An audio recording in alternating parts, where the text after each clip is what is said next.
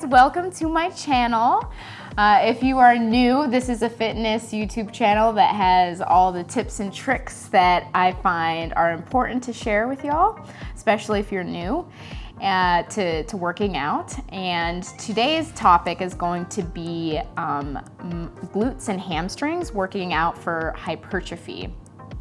Which is actually building the muscle. And I'm going to be walking you guys through my split. And this is my favorite day of my working out regime because, I mean, I'm female and all those ladies out there know what I'm saying when I say I love building my glutes. And also my hamstrings in particular because I have overly dominant quads. So if you're that type of person that has tight quads, which you probably are, because a lot of people do have that problem, it's good to strengthen the hamstrings as well with the glutes. I'm going to be walking you through, from my warm-up all the way through the different exercises that I'm doing. And if you find it helpful, great, click that like button. Click that subscribe button and share any comments or feedback you have for me. Let's get at it. First thing I do every single time I come into the gym, I start with my warm-up. Whether that is starting with the treadmill or the elliptical, I do some sort of cardio, usually 5 minutes on the treadmill, jogging at medium pace. And that is really good for just getting all the blood flow to the muscles I'm gonna be recruiting, my legs and my glutes, as well as just prepping my body for what it's going to be doing and mentally psyching myself up. So step 2, I follow up my jog with a stretch to my quads because my quads, like I said, are very tight, and especially if you sit at a desk all day, your quads are probably tight too. So I like to start off with the quad smasher. Super painful, but extremely effective. I get a barbell, which is 45 pounds. And I run it along my leg as I'm sitting on the floor. And I start at the hip and I work my way down, and in each spot that is tight, I contract and then release, and do that a couple times until I find that tight spot start to loosen up. Basically doing this tells your brain, hey, the pressure on your body right now, it's not a threat, you can relax. And yeah, it's painful, but it's really helpful for releasing that spot.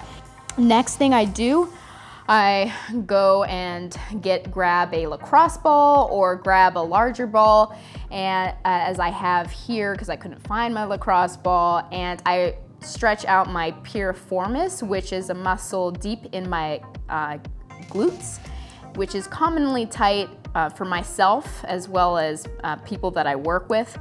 And I just place it on the floor and I sit on top of it rolling. It's called pancaking my glutes, where I again find tight spots and I contract and release the glute.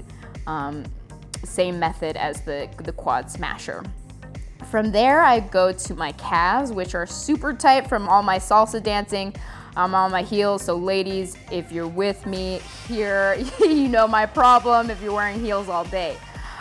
Those calves get real tight. So I go along, especially on my upper calf, and move my foot around, which is called flossing the muscle, which is just getting all those muscle fibers to stop sticking together. And you can do the same thing when you're stretching out your quads and stretching out your glutes. From there, the stretching is all done, and I start doing my first active exercise that's still part of my warm-up.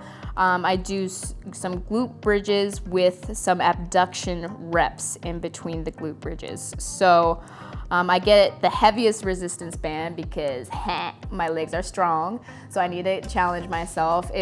Don't feel like you have to grab that extra heavy resistance band, because if you have weak glutes and you can't fire those glutes as well, you're going to start resorting to using your quads, and that's not what we want here. We want to have that mind-muscle connection to the glutes and focus on using the glutes to move our legs out, as well as our abductor muscles, the muscles on the sides of our thighs. From there, my glutes are feeling pretty warmed up, so I'm going to do my favorite exercise, which is hip thrusts with a barbell. This exercise today I'm doing with just a free barbell. I'm not doing it on the Smith machine because I have the time to do so, but if you're looking for a way to quickly put on weights onto the barbell, I recommend using the Smith machine, as it is way less, time costly. I start my hip thrust exercise with 3 warm-up sets, just because I'm going heavy today, and my nervous system as well as my muscles need to be prepped for the amount of exertion and work that's going to be done. So I incrementally increase the weight, and I'm focusing on doing it slower than I would in my actual sets, because I'm focusing on really contracting those glutes at the top of my hip thrust so that my glutes are properly warmed up. All right, so time for the big weights. It's important, especially if you're lifting heavy, that you make sure the bench is secure. I should have said this before. But what I have here, I have the bench supported by the platform behind me so that it doesn't scoot back when I lift up the weight. And then I also placed a 25-pound plate on the other side that doesn't have quite the same edge as the side that's being stopped by the platform. That secures it so that when I lift up the weight, the bench is not being pushed back and I feel more stable.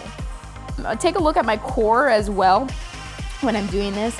I'm taking a deep breath at my bottom to make sure I'm getting that oxygen, and which ensures blood flow is going to my muscles. I need to keep breathing. But at the top, I exhale and my core tightens even more. I'm at that brace, and that's really important for y'all to be doing, because your spine is vulnerable in this position. Especially if the weight is too heavy, you can have micro bends in that spine, and it can do some damage. So you really want to have a strong core for this. After I'm done with my hip thrusts, I'm pretty pooped, but I'm gonna still finish strong with and focus on isolating my hamstrings.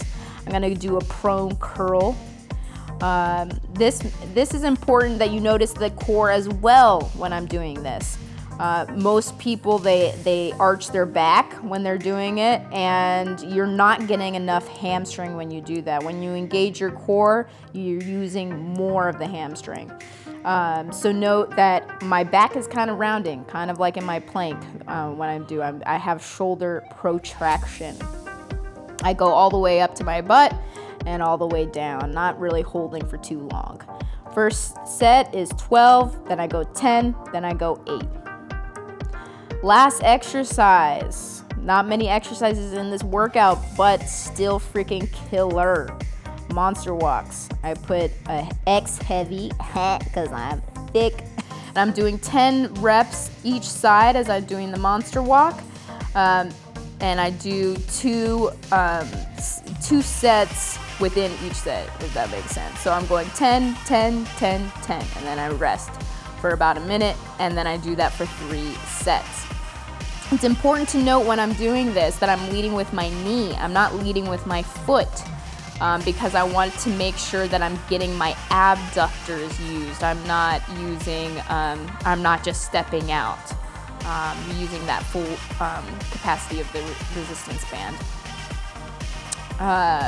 I'm also bending my legs when I'm doing this, not straight legs. Let's see, what else about that one? It's killer for that booty, you'll feel it. You'll feel it, trust me. And if you don't, well, that's just impossible.